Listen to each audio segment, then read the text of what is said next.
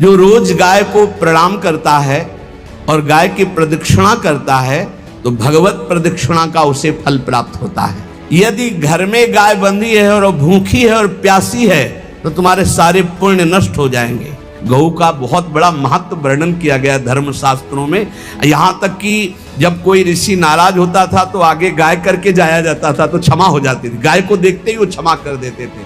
क्या बिना गौ सेवा के जी जो समर्थ है हर तरह से जी जी बिना गौ सेवा के जी क्या उसकी उपासना कैसे? जो मुक्ति है वो विशुद्ध बोध से है, जो भक्ति है वो विशुद्ध प्रेम से है, और जो धर्म है उसके ये अंग है। हाँ, ये धर्म के अंग है। ये बात है। सतरत सा लोकान ताजत मम भक्ति युक्तो भुवनम पुनात तीर्थी कुर्वन्ति तीर्थानि। गंगा जी भी इंतजार करते हैं ऐसे महापुरुष का जिसका निरंतर भगवदाकार चिंतन चलता रहता है। गृहस्थ धर्म में जैसे है या जिनके पास बहुत अर्थव्यवस्था है उनको चाहिए कि गौ सेवा से बहुत जल्दी शरीर पवित्र होता है, हृदय भी पवित्र होता है और गोविंद भी प्रसन्न होते हैं। यदि गावः प्रदक्षिणेर कार्या वंदनीया ही नित्यशः मंगलायतनम दिव्याः श्रेष्ठास्पेता स्वयंभुवा। यदि गाय घर में पाली जाए या गौशाला खोली जाए और गौओं की सेवा की जाए, जिनके पास अर्थ है, भाव है, भगवान स्वयं श्री कृष्णचंद्र जी ने गौ सेवा स्वीकार की, गौवें चराई। गौओं की परिक्रमा करने से, जैसे आप प्रभु के बिहारी जी के मंदिर की 4 परिक्रमा करें तो जो फल आपको मिलेगा वही गाय की 4 परिक्रमा कर लें तो आपको प्राप्त हो जाएगा। गौ की प्रदक्षिणा से, गावः प्रदक्षिणी कार्या वंदनीया ही नित्यशः, जो रोज गाय को प्रणाम करता है और गाय की प्रदक्षिणा करता है तो भगवत प्रदक्षिणा का उसे फल प्राप्त होता है। जहां गौएं विराजमान होती हैं वो बड़ा पवित्र दिव्य तीर्थ स्थल माना जाता है। गौएं जहां विराजमान रहती, गौशाला में भजन करे तो कई गुना बढ़कर के प्राप्त होता है। स्वयं ब्रह्मा जी ने गौओं को दिव्य गुणों से विभूषित बनाया है। अप्यागाराणि विप्राणाम देवतायतनानि च यद गोमयेन शुद्ध्यंतिम किम ब्रूमो हृदिकम ततः। गाय के गोबर से जहां लेपा जाता है वहां जिस देवता का आवाहन करोगे वही देवता आकर विराजमान हो जाएगा। अपवित्र भूमि में भी यदि गाय के गोबर का लेप कर दिया जाए तो परम पवित्र मानी जाती है। गाय बहुत पवित्र, जहां वो बैठती है, जहां वो मूत्र त्याग करती, गोबर त्याग करती, वो स्थान तीर्थ तुल्य पवित्र माना जाता है। भगवान जब गाय के पीछे पीछे चलते तो गोरज उड़कर उनके मस्तक पर विराजमान होती, उनके मुखारबिंद पर विराजमान होती। बाल गोविंद के अनिष्टों को दूर करने के लिए गाय के पूंछ को उनके ऊपर ऐसे झाड़ा देती थी मैया। जब गुरु मंत्र वैदिक सिद्धांत से दिया गया था पहली बार तो पंचगव्य पिलाया गया था। गोमूत्रम गोमयम क्षीरम दधि सर्पिस्तथैव च गवाम पंच पवित्राणि पुनंत सकलम जगत। कितना भी बड़ा पापी हो अगर पंचगव्य पिलाया जाए तो वो वैदिक मंत्रों को स्वीकार करने लायक हो जाता है, पवित्र हो जाता है। पंचगव्य में 5 चीजें गाय की होती है। गाय का मूत्र, गाय का गोबर, गाय का दूध, गाय का दही और गाय का घी, ये 5 मिलाकर पंचगव्य पिलाया गया था। पहली बार जब वैदिक मंत्र दिया गया था तो पंचगव्य बनवाया था गुरुदेव भगवान ने संन्यास, और वो पिलाया था। ये पंचगव्य पिलाने से अपवित्रता का नाश होकर पवित्रता का संचार होता है। इसलिए धन्य है उनका जीवन जो गौ सेवा परायण है भगवत भाव से। गाय में साक्षात भगवान का भाव रखकर गौ सेवा करते हैं। त्रिषिता गौर गृहे बद्धा गेहे कन्या रजस्वला देवशास्त्र सन्निर्माल्य हंति पुण्यम पुराकृतम। यदि घर में गाय बंधी है और भूखी है और प्यासी है तो तुम्हारे सारे पुण्य नष्ट हो जाएंगे। अगर घर में रजस्वला कन्या बहुत काल तक है और उसका विवाह आप नहीं कर रहे हैं तो आपके सारे सुकृत नष्ट हो जाएंगे। यदि घर में ठाकुर जी विराजमान है, कर का पहनाया हुआ माला सुबह तुमने देख लिया तो तुम्हारे सारे पुण्य नष्ट हो जाएंगे, क्योंकि शयन कराते समय तुमने उतारा नहीं, अर्थात तुम सेवा में प्रमाद करते हो। तो देवताश्च निर्माल्य हंति पुण्यम पुराकृतम। जैसे सुबह श्रृंगार किया तो रात्रि के शयन के समय वो हटा लेने चाहिए माले। जब हम शयन कराते हैं तो भले पुष्प शैया पे शयन कराएं पर माला नहीं धारण कराएं। श्रृंगार का माला अगर दूसरे दिन दर्शन किए कि वो पहने ठाकुर जी तो तुम्हारे सुकृत नष्ट हो जाएंगे। गाय बंधी हो घर में, वो प्यासी है और भूखी है, तुम्हारे सुकृत नष्ट हो जाएंगे। त्रिषिता गौर गृहे बद्धा, क्योंकि तुम्हारे पास है, सेवा करना चाहिए। यो वै गाम प्रतिसिद्धेन तो चरंतिम च स्वतरणम नरहा तस्य पूर्वे च पितरा कंपन्ते पतनोन्मुखा। यदि गाय हरी हरी घास चर रही कहीं और तुमने डंडा ऊपर प्रहार किया, लाठी मारी तो तुम्हारे पितर खोपड़ी के बल नरक जाने के लिए तैयार हो गए। ये लिखा है चरंतिम स्वम तृणम नरहा तो तस्य पूर्वे च पितरा कंपन्ते पतनोन्मुखा।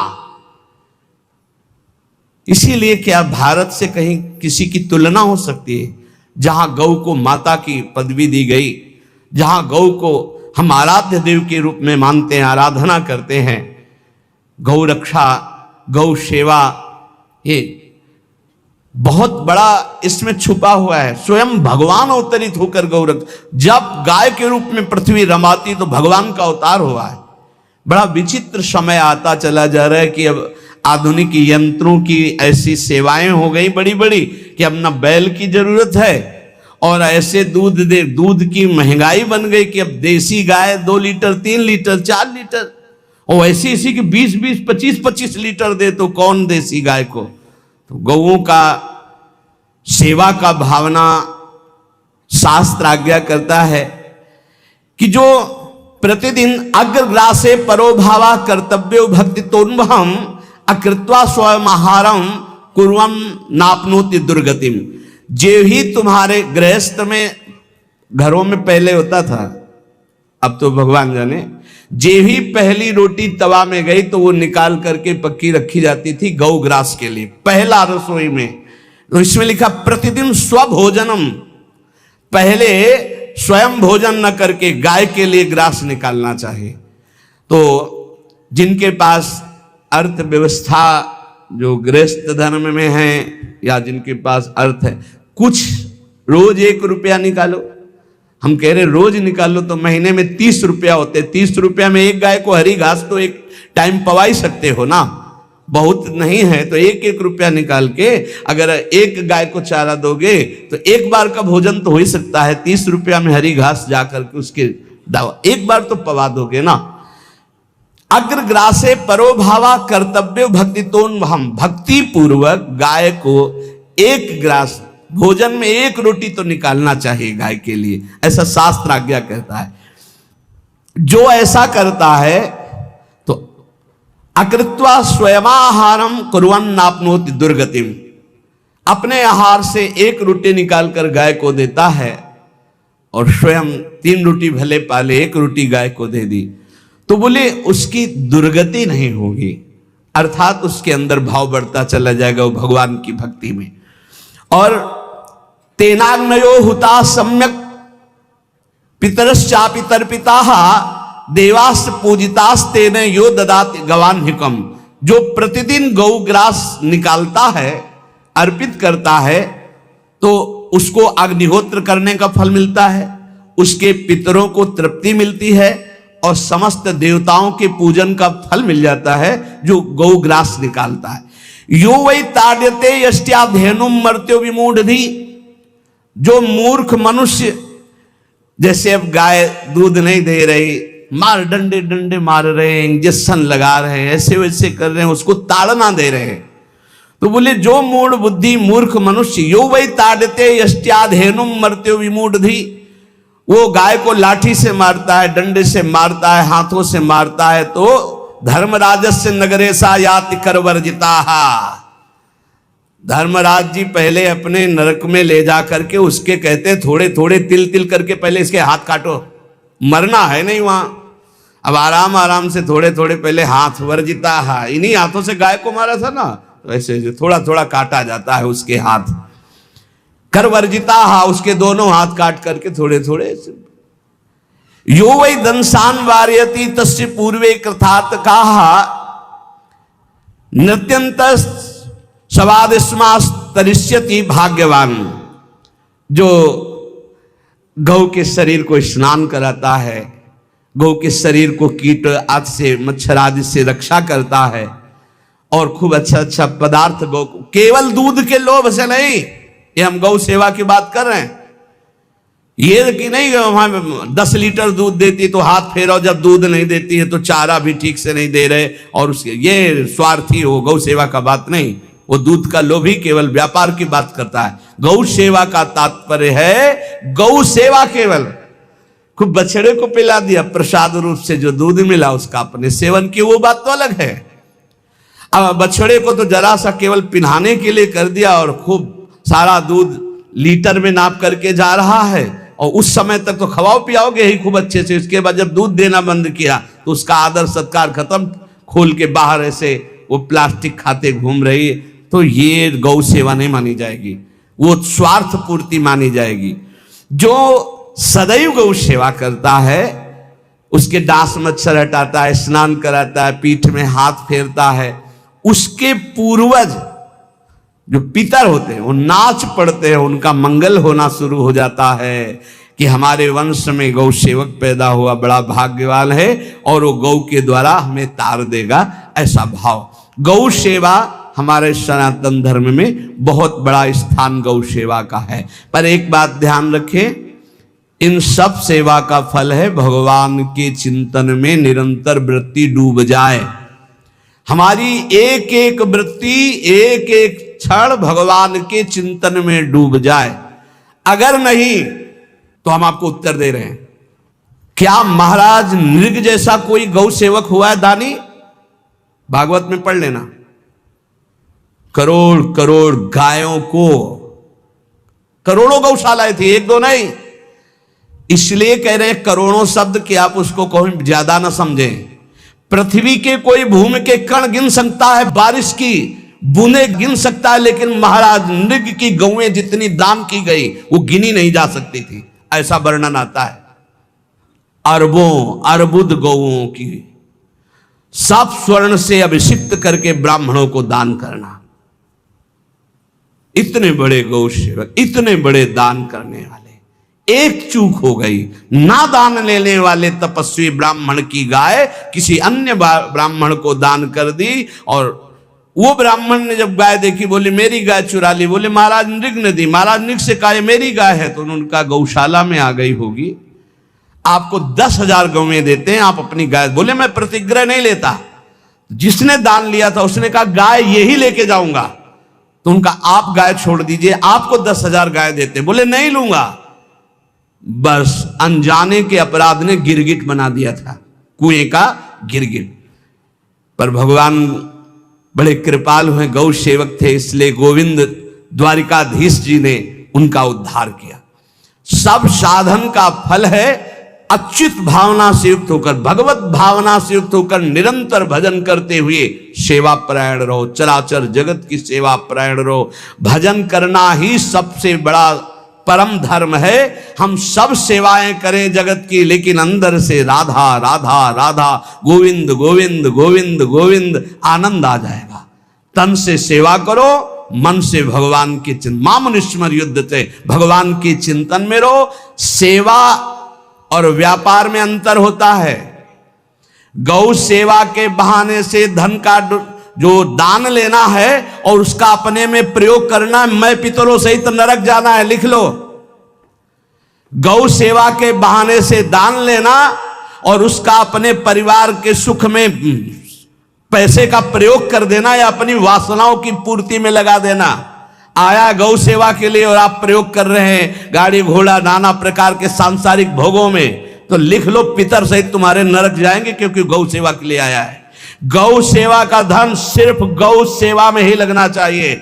आप गौ सेवक है, दूध पान कीजिए, रोटी खा लीजिए, लेकिन गौ सेवा का अर्थ आप अपने वासनाओं की पूर्ति में, अपने मनोरंजन में या अपने मन के संकल्प भावना में नहीं पूरी कर सकते। गौ सेवा के लिए ही पूरी कीजिए। गौ के वास का निर्माण, गौ के भोजन की व्यवस्था, वो दूध दे ना दे, वो कैसी भी अवस्था में हो, उसकी सेवा परायणता, उसके लिए सेवक रखना, सेवकों को भी सुख प्रदान करना, लेकिन स्वयं कभी गौ के सेवा के लिए आए हुए धन का स्वयं के लिए भोग न करना और निरंतर भजन रखना, उसे परम पद की प्राप्ति हो जाएगी। इसलिए हमारे सनातन धर्म में गौ सेवा का विशेष महत्व है और इस महत्व को सबको स्वीकार करना चाहिए। यदि आप गौपालन स्वयं नहीं कर सकते तो 4 लोग मिलकर के, क्योंकि आज जो गायों की व्यवस्था वो बड़ी दयनीय हो रही है। दयनीय इसलिए हो रही कि दूध की अधिकता के चाह रखने वाले भैंस रखते हैं या विदेशी गाय रखते हैं। अपनी भारतीय जो देसी गाय है वो उतना अधिक नहीं देती कि 40 लीटर 30 लीटर 25 लीटर, बहुत अधिक देगी तो 5 और 8 लीटर। देसी शुद्ध गाय अपनी जो है वो 8-10 लीटर, बहुत जब व्यवस्था हो। नहीं तो अपने गांव में तो देखा है तो 2.5-3 लीटर से ज्यादा नहीं देंगे, 1.5 लीटर इधर 1.5 लीटर उधर, या बहुत हुआ तो 2 लीटर 2 लीटर, पर वो स्वर्णिम दूध होता है। जो दूध की चाह रखने वाले जन थे अब वो गायों को नहीं रखते, देसी गायों को कोई बिरला ही रखता है। अब पहले बैलों की जरूरत होती थी, गाय बछड़ा दिया तो आनंद होता था कि किसानी के काम में। अब तो ट्रैक्टर है तो बैलों की जरूरत नहीं। अधिक दूध के लिए अरे अब तो पशुओं की जरूरत नहीं, केमिकल से दूध बन रहे हैं, टैंकर के टैंकर।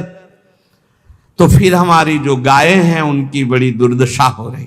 तो हमें चाहिए कि जो गृहस्थ जन हैं, धनी मानी जन हैं, या जिनके पास शरीर व्यवस्था, बौद्धिक स्तर सेवा परायण, अर्थव्यवस्था, वो थोड़ा 4 गाय की व्यवस्था करके उनकी सेवा करें, क्योंकि हमारे सनातन धर्म का स्वरूप है। जहां मां पदवी दी गई है गांव को, गौ माता कहा गया है। गौ में समस्त देवता विराजमान है। गौ का बहुत बड़ा महत्व वर्णन किया गया धर्म शास्त्रों में। यहां तक कि जब कोई ऋषि नाराज होता था तो आगे गाय करके जाया जाता था तो क्षमा हो जाती थी। गाय को देखते ही वो क्षमा कर देते थे। बहुत महिमा वर्णन की गई है गौ की। इसलिए जिसको भी अगर नहीं अर्थव्यवस्था है तो एक रोटी तो निकाल सकते हो ना। तुम्हारी रसोई में रोटी बने तो पहली रोटी निकाल लो और आसपास जहां गाय बंधी हो तो उसको दे आओ जाकर, तो कम से कम धर्म का पालन हो जाएगा, गौ सेवा बन जाएगी। तो गौ सेवा, चराचर जगत की सेवा, भगवत सेवा, सबका फल है। फिर प्रारंभ में आ जाइए स्मृति। योगी हो तो चित्त की वृत्ति का निरोध करके परमात्माकार, ज्ञानी है तो चित्त वृत्ति का लय करके स्वरूप स्थित, भक्त है तो एक एक वृत्ति सावई मन कृष्ण पदार विंदयो। भगवान के चरण में, भगवान के नाम में, भगवान के रूप में, भगवान की लीलाओं में। स्मृति अगर नहीं तो सब साधन अधूरा, और स्मृति तो हर साधन पूरा। इसलिए एक बार कमर कस लो, चाहे जगत की सेवा करो, चाहे जिस कार्य में लगे हो, तुम्हारी स्मृति प्रभु में लगी हो। स्मृति के बिना हम जीवन का कोई महत्व नहीं समझते। स्मृति विहीन जीवन सब व्यर्थ। इसीलिए उन परमहंसों के चरणों में स्वयं भगवान चरण रज लेने के लिए पीछे डोलते हैं, जो निरपेक्षम मुनिम शांतम निर्वैरम समदर्शनम अनुब्रजाम्यहम नित्यम पुयत्यंगुरेण भी। ना कोई प्रतिज्ञा, ना कोई चाह, ना कोई इच्छा, निरंतर भगवदाकार वृत्ति, निरपेक्षम मननशील, द्वंद्व विमुक्ता, जो शांत हैं, जो किसी से वैर नहीं रखते, भगवदाकार वृत्ति, उसी मार्ग के आप पथिक है। सर्वतो भावेन अपने मन को समेट लो धर्म और कर्म दोनों से, और सब त्यज लोक धर्मान, और परम धर्म का सेवन करते हुए समस्त चराचर जगत को भगवत स्वरूप निरखते हुए इसी जन्म में परम पद को प्राप्त हो जाओ। सत्संग का सार हमारा शरीर है, इससे सेवाएं बने। हमारा मन है, इससे चिंतन बने। हमारी वाणी है, इससे लीला गुण का गायन करें। और हम स्वयं परमात्म अंश हैं, परमात्म स्वरूप है, ऐसी ठसक बनी रहे, जीवन मुक्त ही हो। स्वार्थ को लेकर किया गया धर्म रंग नहीं लाता। निष्काम किया हुआ छोटा सा भी धर्म परमार्थ की ऊंचाई पर चढ़ा देगा। ध्यान रखना, परमार्थ की ऊंचाई पर चढ़ा देगा। इसलिए निष्कामता सब सोहित, निष्कामति। श्री वृंदावन विश्राम श्री राधा वल्लभ लाल को हृदय ध्यान मुख नाम। महाराज जी बस जी क्या बिना गौ सेवा के, जी जो समर्थ है हर तरह से, जी जी बिना गौ सेवा के जी क्या उसकी उपासना कृष्ण उपासना चित्त की वृत्ति का निरंतर भगवदाकार करना, यही एक उद्देश्य है। अब हमारे पास जैसे शरीर स्वस्थ है, समय है, तो साधु सेवा, गौ सेवा, समाज सेवा, पशु पक्षी की सेवा। देखो एक चीज तो ध्यान देना पड़ेगा, विद्या विनय संपन्ने ब्राह्मणे गवि हस्तनी स्वनी चवि सुपाके चा पंडिता समदर्शना। थोड़ा इस पर चिंतन करना। आप किसी एक विषय को लेकर पूरे परमार्थ को चुनौती दे देना अनुचित होगा। जैसे नहीं कि अगर गौ सेवा नहीं तो भगवत प्राप्ति नहीं या मुक्ति नहीं, तो ये ऐसा फिर एक परमार्थ को चुनौती हो गई। परमार्थ का स्वरूप है अनन्य चेता सततम यो माम स्मृति नित्य सा तस्याहम सुलभा पार्थ। ये बात ध्यान देना।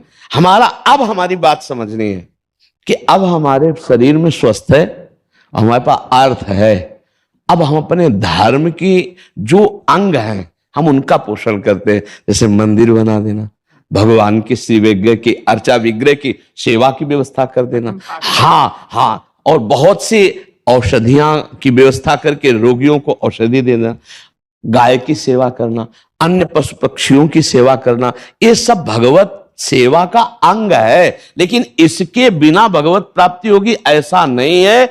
भगवत चिंतन के बिना भगवत प्राप्ति नहीं होगी। अगर आप बहुत ध्यान से समझना, अगर हमारा उद्देश्य गाय में गोविंद है और ये चिंतन करके